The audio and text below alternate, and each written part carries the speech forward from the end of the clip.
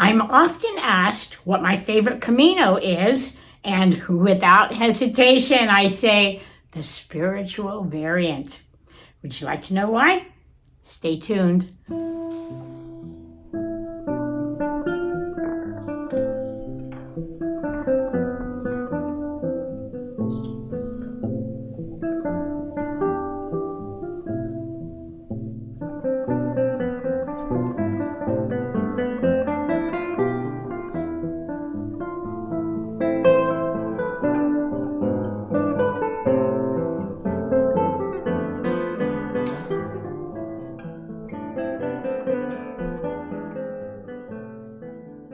Before we talk about the route, it's important to understand the history of how this Camino came to be.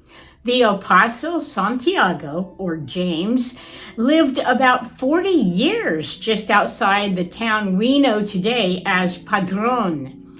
While he did do a lot of traveling in Spain, primarily in Galicia, sharing the teachings of Jesus, he mostly stayed at his camp in the valley on the hillside. People would walk for weeks and months to his encampment and stay as long as they could to study and learn with him. They would then return to their home village and share what they had learned with their community. In the year 44 of the Common Era, James left Spain and returned to Judea, where he was beheaded under the orders of Herod Agrippa I. Legend has it that his disciples who had followed James there stole his lifeless body and put him on a stone boat that had neither rudder nor crew. Legend continues with the story of how the stone boat was guided by the angels and the stars across the Mediterranean Sea, through the Straits of Gibraltar, the North Atlantic Ocean, following the coastline of the Western Iberian Peninsula. The boat crossed the Arosa estuary and the River Ula, docking in Iroflavia, the town that is presently known as Padrón. The boat docked at the Padrón, which is the Galician word for a big stone. Eventually, the disciples reached the boat, rescued the remains, and buried them. So that's the background. This Camino, the spiritual variant, follows the coastline and water route that the stone boat traveled. It's a variant of the Camino Portuguese, a big west and north loop that eventually rejoins the Camino for the last day to Santiago. Here are the reasons why I enjoy this Camino and why I have walked it at least a dozen times. In just a few days, you will have a variety of walking paths, including a coastline, a path through a deep forest thick with trees, a path along a river. You'll walk through medieval villages. You'll see and explore 1,000-year-old monasteries. But best of all, you'll take a boat ride up the river. What's not to love about this Camino?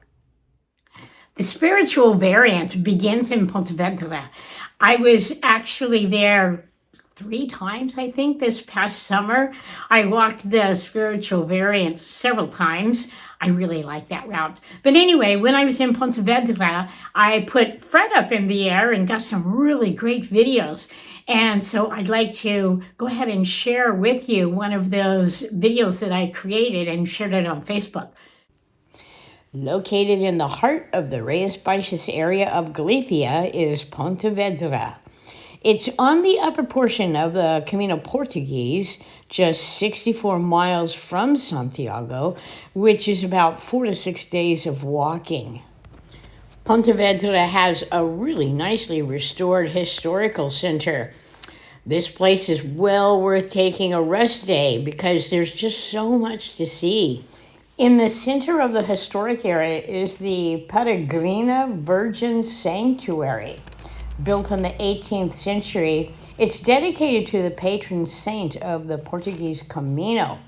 Notice how the base of the structure is fashioned to resemble a scallop shell, the symbol of the Camino. Definitely stop here and get a stamp. The ruins of San Domingos are a remnant of a 12th century church and convent. While much of the structure is in ruins, enough of it still remains so you can get a feel for what it must have been like over 900 years ago.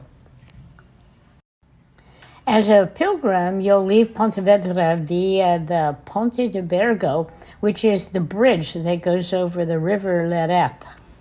About 3 kilometers down the Camino trail, you're going to be faced with a decision. The trail forks. If you take the right fork, you're going to be going straight to Santiago. But if you take the left fork, you're going to go to the spiritual variant, which, in my opinion, is the better choice. I'll leave you now with some pictures of this route so you can get a better idea of what it's like.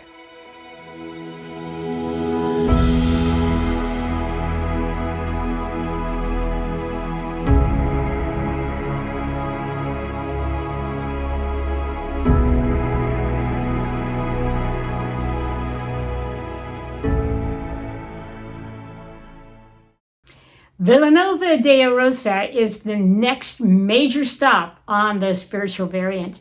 It's a cute little seaport village, nice for a night. But the big event here is the boat ride that you'll take in the morning up the River Ula. There are a couple of boat transport options. You'll see the posters and all the information from the Tourist Information Office and also posted around the boat dock area. The boat typically makes its journey on the timetable of the tide. So it's different every day, whatever the tide is. But typically it leaves between like 7 to 9 in the morning, and it's about an hour and a half boat ride. The boat company that I usually use has its office just down the street from the marina. As you're walking away from it, it's going to be on your left-hand side. You can purchase your ticket from that office the day before in the afternoon so that morning you can just go straight to the boat and get on.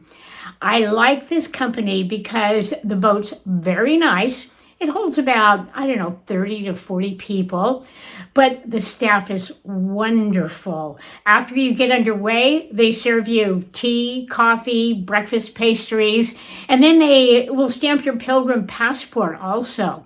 There's a lot to see along this river journey, and the captain is really good about slowing down when you get to all the monuments and talking about them, letting you know what you're seeing, what the monument is all about.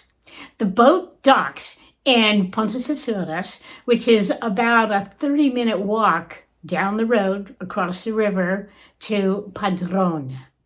When I was in Padrón this last summer, I once again put Fred up in the air and got some really good drone videos. So here's a little clip that I put together of Padrón. Padrón is just 22 kilometers southwest of Santiago de Compostela. This Roman city was where the apostles, Santiago or St. James, remains were brought from Jerusalem. The stone boat that carried the bones was moored to a padrón or a mooring stone when the boat could not travel any further up the river Ula. The rains stopped this morning and the skies cleared, so finally I got to take Fred too out of his house and put him up in the air. First, we fly over the Church of Santiago, built in 1133. Inside the church on the altar is the padrón that the boat tied up to. Next, we fly west and a little north, just a couple of blocks, to the Church of Santa Maria. This is the first Marian church in the world and the oldest church in Galicia. Now I'm going to spin around and give you a good overview of the river and the city of Padrón. When you arrive in Padrón, you go to the Tourist Information Office, show them your pilgrim passport, and pick up the religious sites map. Then you go visit each site and obtain the stamp.